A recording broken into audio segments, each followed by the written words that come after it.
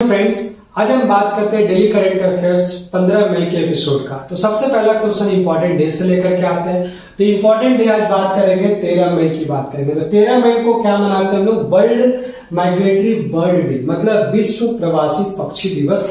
इस दिन हम लोग मनाते हैं।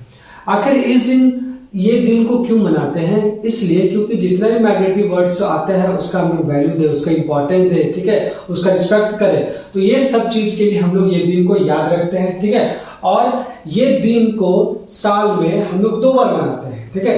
एक मई के महीना मनाते हैं और एक दूसरा अक्टूबर के महीना मनाते हैं, ठीक है। तो दोनों जो महीना है ये हम लोग सेकंड सैटरडे को मनाते हैं, इसलिए ये इंपॉर्टेंट है, ठीक है। तो इस बार का थीम क्या रहा? Water and its importance for migratory birds. तो ये इसका थीम रहा, ठीक है। इसी से मिलता जुलता हम लोग मनाते हैं विश्व गौरैया दिवस, जो कि हम लोग मार्च में मनाते हैं 20 मार्च को, ठीक है। कुछ कुछ इंपॉर्टेंट दिवस जो हम लोग मना चुके हैं, जैसे हो गया वर्ल्ड थैलेसेमिया दिवस, फिर उसको नेशनल क्या बोलते हैं टेक्नोलॉजी डे और नेशनल नर्स डे, ये हम लोग मना चुके हैं। तो ये सब चीज आपको ध्यान में रखना है। इसका नेक्स्ट क्वेश्चन जो है, हम लोग स्टेट न्यूज की बात करते हैं। तो इस बार जो स्टेट हम तमिलनाडु लेकर के आए, ठीक है। तो सबसे पहले तमिलनाडु क्यों न्यूज में है? क्योंकि तमिलनाडु जो है वहां का जो ये क्या बोलते हैं मदुरई मीनाक्षी टेम्पल जो है, वो मीनाक्षी टेम्पल जो है वहां क्या है, एक समारोह, बहुत बड़ा समारोह आयोजित किया जा रहा है। वो आयोजित क्या है, उस समारोह का नाम क्या है, उस फेस्टिवल का नाम क्या है? चिथिराई फेस्टिवल के नाम से जाना जाता है, ठीक है। आखिर उसमें क्या होता है ना, तो उसमें जो होता है सुंदेश्वर और मीनाक्षी जी का, जो भी भगवान जी ये सब जो है, ये सब का शादी होता है। सुंदेश्वर जो है शिव जी का रूप है और मीनाक्षी जी जो पार्वती जी का रूप है। आखिर ये दोनों का शादी होता है। इस समारोह को धूमधाम से मनाया जा रहा है, इसलिए तमिलनाडु न्यूज में है, ठीक है। तो बात करते हैं तमिलनाडु का कैपिटल क्या है, तो चेन्नई। इसका चीफ मिनिस्टर एम.के. स्टालिन और गवर्नर क्या है, आर.एन. रवि। अगर आपसे पूछे कि तमिलनाडु का जो कोस्टल रीजन है उसको हम क्या बोलते हैं, तो कोरोमंडल, ठीक है। और यहाँ का सबसे जो नृत्य डांस जो यहाँ का भरतनाट्यम, ये चीज ध्यान में रखना है, ठीक है। अब इसके अलावा कुछ कुछ आपको हम स्टेट्स के बारे में और पहले बता चुके हैं। जैसे हम लोग याद करिए राजस्थान के बारे में। तो राजस्थान जो उसमें ये देखे थे क्या कि वहां जो है लिथियम का भंडार पाया गया, और उसमें चिली याद की, चिली जो है वो बहुत ज्यादा वहां पे पाया जाता है, सबसे ज्यादा भंडार वहां है, ठीक है। और दूसरा तेलंगाना के बारे में हम लोग पढ़े हैं। तेलंगाना में जो है 400 फीट ऊंचा जो है क्या है, राधे कृष्ण का मूर्ति बनाया जा रहा है। उसमें 2 तरह का जो स्टैचू है, आपको याद ही होगा, ठीक है। और तेलंगाना के बारे में और पढ़ चुके हैं क्या, 100% जो है ODF प्लस होता है, ठीक है। इसके अलावा जो है हम लोग थर्ड क्वेश्चन में वर्ल्ड न्यूज की ओर मूव करते हैं। तो आज वर्ल्ड के बारे में जानेंगे यमन। तो यमन में जो है, यमन से जो है हम लोग को साइक्लोन जो आ रहा है, उस साइक्लोन का नाम क्या है, मोचा, ठीक है। वो 7 से 9 मई को आया था, इसलिए ये साइक्लोन जो है मोचा जो है आज के डेट में इंपॉर्टेंट है। अब वो कहां से आया, यमन से आया, ठीक है। तो आखिर ये सब तरह का जानकारी हम लोग को इंडिया में कौन देता है, तो इंडिया में देता है इंडियन मेट्रोलॉजिकल डिपार्टमेंट। तो इसके बारे में थोड़ा जान लेते हैं। तो इनका स्थापना कब होता है, 1844 में, और इनका हेडक्वार्टर है पुणे महाराष्ट्र में।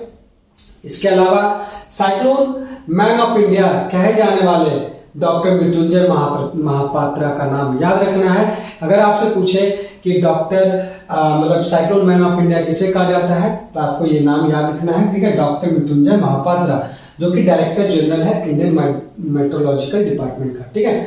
कुछ कुछ वर्ल्ड के बारे में ऑलरेडी हम जान चुके हैं। वो कौन कौन? दुबई के बारे में, इजिप्ट के बारे में, बांग्लादेश के बारे में जान चुके हैं। दुबई में क्या देखे थे?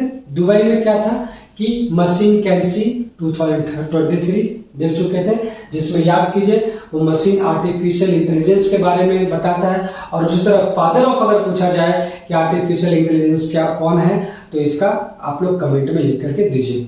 इजिप्ट के बारे में क्या देखे थे कि इजिप्ट में जो एक जो लीग होने वाला अरब लीग जो है, उसमें 12 साल के बाद सीरिया को जो है जोड़ा गया है। और उसमें याद है सीरिया जहां बात आता है तो ऑपरेशन दोस्त याद रखना है, क्योंकि भूकंप जो है वहां हुआ था। बांग्लादेश के बारे में हम लोग कल देखे थे कि बांग्लादेश जो है 6th इंडियन ओशियन कॉन्फ्रेंस को जो है वो ऑर्गेनाइज कर रहा है, हेल्ड कर रहा है, ठीक है।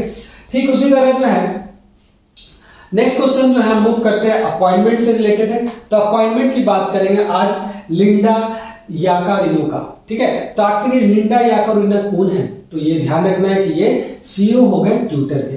तो ट्विटर के सीईओ को नया नियुक्त किया गया है जिसका नाम है लिंडा याकारियो। अब थोड़ा सा हम ट्विटर के बारे में जान जाते हैं। तो एक्चुअली एलन मस्क जो है वो ट्विटर को पिछले साल खरीदे थे अक्टूबर में, ठीक है। वो कितना में खरीदे थे? 44 बिलियन करोड़ में खरीदे थे, ठीक है। साथ ही साथ अगर ट्विटर की बात करें तो इसका एस्टैब्लिशमेंट कब होता है? 2006 में, और हेडक्वार्टर कहाँ है? कैलिफोर्निया अमेरिका में। और इसके जैक डॉर्से और इवन विलियम जो है इसके क्या है स्टार्ट करने वाले व्यक्ति है, ठीक है। अब इसके अलावा जो है हम लोग अपॉइंटमेंट के बारे में कुछ और चीज देख चुके हैं, जैसे अजय विज आपको पता है कि एसेंचर इंडिया का क्या है सीईओ। डॉक्टर विनीत जोशी इसके बारे में पता है क्या है कि मणिपुर का सेक्रेटरी है। और अजय कुमार मोहंती ये कौन बने थे? ये बने थे अध्यक्ष एटॉमिक एनर्जी, ठीक है, इसके अध्यक्ष बने थे, ठीक है। अब मूव करते हैं नेक्स्ट क्वेश्चन, जो बुक की ओर मूव करते हैं। तो देखिए आज का बुक जो है वो क्या है? Secret history of caste in the labyrinths of the law, यानी कि किताब का नाम है, इसके राइटर कौन है? मनोज मिटा। तो ये ध्यान में रखना है आपको। इसके अलावा और भी हम कुछ बुक्स के बारे में पढ़ लिए जैसे द्रौपदी मुर्मू के बारे में पढ़े थे, एक बुक आया था जो कस्तूरी रेल के द्वारा लिखा गया था। 8 years मोदी सरकार कंप्लीशन ऑफ अचीवमेंट्स, ये लिखा गया था संदीप मरवा के द्वारा। और कल जो है एक बुक के बारे में पढ़े थे, the Indian metropolis deconstructing India's urban spaces, जिसको लिखने वाले कौन थे? फिरोज वरुण गांधी। तो ये 5 क्वेश्चन जो है हम लोग देखें। तो मिलते हैं क्वेश्चन नंबर 6 में, गेम से रिलेटेड क्वेश्चन नंबर 6 में। तो गेम आज बात करेंगे इंटरनेशनल क्रिकेट काउंसिल की बात करेंगे, ठीक है। तो आज जो है आईसीसी के बारे में बात करते हैं कि आईसीसी जो है ये क्या कर रहा है कि ग्लोबल स्पॉन्सर बनाया किसको? मास्टर कार्ड को। किस मंथ के लिए? मई 2023 की बात कर रहा है, ठीक है। तो बात करते हैं आईसीसी का एस्टैब्लिशमेंट कहाँ स्थापना कब हुआ? 1909 में। इसका हेडक्वार्टर दुबई है जो कि यूए के अंदर है। और इसके जो हेड है उसको क्या बोलते हैं? सीईओ जो है उसको बोला जाता है जॉफ एलार्डिस, ठीक है। और इसके चेयरमैन है कौन? ग्रेग बार्कले, ठीक है। तो ये आईसीसी के बारे में आपको जानना है। इसके साथ साथ हम लोग कुछ स्पोर्ट्स के बारे में ऑलरेडी पहले पढ़ चुके हैं, जैसे पाकिस्तान का एक प्लेयर याद किए, इसका नाम है फकर जमन, ठीक है। उसके बाद है नारुमोल के बारे में जानते हैं जो इंडोनेशिया के प्लेयर है। इसके बारे में जो ICC player of the month जो दिया गया है, ठीक है। इसके अलावा जो कबड्डी के बारे में कुछ जानते हैं। कबड्डी में हम क्या देखे थे कि एशियन कबड्डी जो है कतर में जो है, ये साउथ कोरिया में एशियन कबड्डी चैंपियनशिप 2023 को ऑर्गेनाइज किया जा रहा है, ठीक है। तो कबड्डी से रिलेटेड प्रो कबड्डी के बारे में पढ़ चुके हैं जो कि दिल्ली जीता है। और इसके साथ जूनियर वर्ल्ड कप कबड्डी जो हुआ वो इंडिया जीता है, जो कि ईरान के अंदर हुआ था। साथ ही साथ जो है हम लोग ये जानेंगे बास्केटबॉल के बारे में कुछ जाने थे, जैसे कि 20वां संस्करण का जो बास्केटबॉल का वर्ल्ड कप जो हो रहा था वो 2027 में होने वाला था। उसको कौन होस्ट करेगा?